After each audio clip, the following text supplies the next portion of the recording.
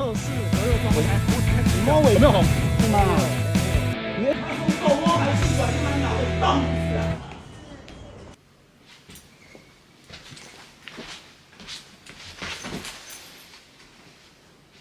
嗨，大家好，我是小觉，我就是在监理站摸哈雷排气管20秒的事主，引起很大的风波，所以我想要简单的回答一下各位的问题。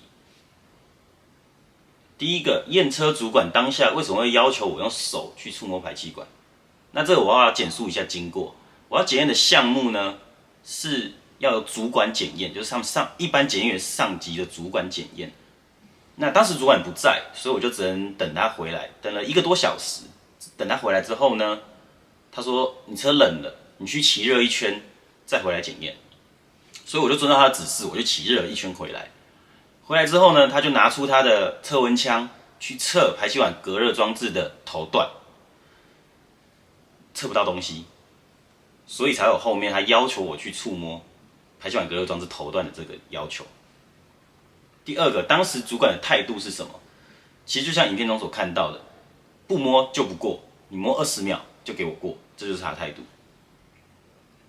3，实际被烫伤的情况是怎么样？有没有去就医？当下我不认为我自己受伤，很烫，对，没错，很烫。但是我当下我并不认为我自己受伤。那回来之后呢，我发现手越来越痛，甚至到颤抖的程度，所以我就请小邱带我去医院就医。那出来就是2到3级的烫伤。4，事发之后我有没有向监理站反映？他们怎么回应？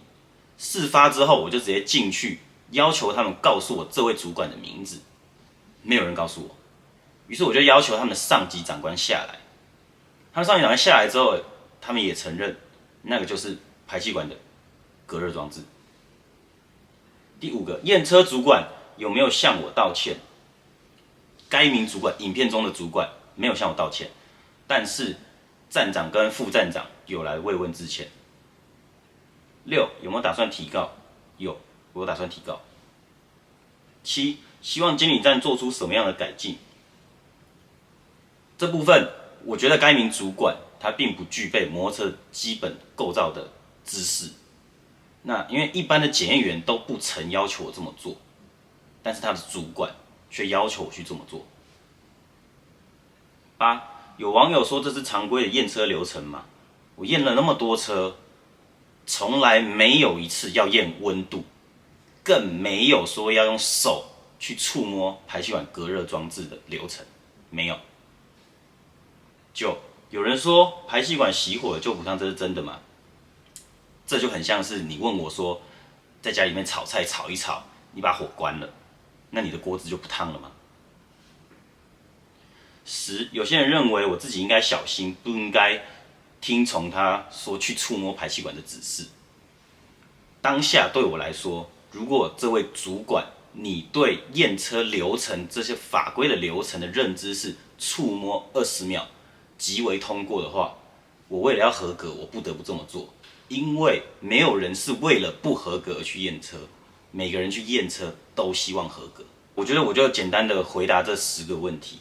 那如果是你被要求说要去触摸排气管20秒，你会怎么做？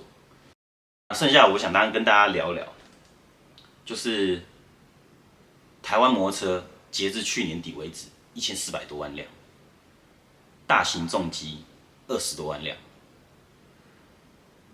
验车这件事情是很多人都会碰到的问题。监理站他们对于法规或甚至是对于摩托车基本构造认知到底足不足够，是不是具备专业素养去做这件事情，我觉得是值得大家被讨论的。以这次的隔热装置来看，隔热装置它是防止你去瞬间碰到的时候而烫伤，而不是你去触摸20秒不会烫伤，这是不一样的差别。所以你会看到有一些隔热装置上面，它上面还是会写高温勿碰。好，没有，就这样。你不是说要让我过？不是落在外面，你不是说让我过？有没有红？他原厂就是这样。有没有红？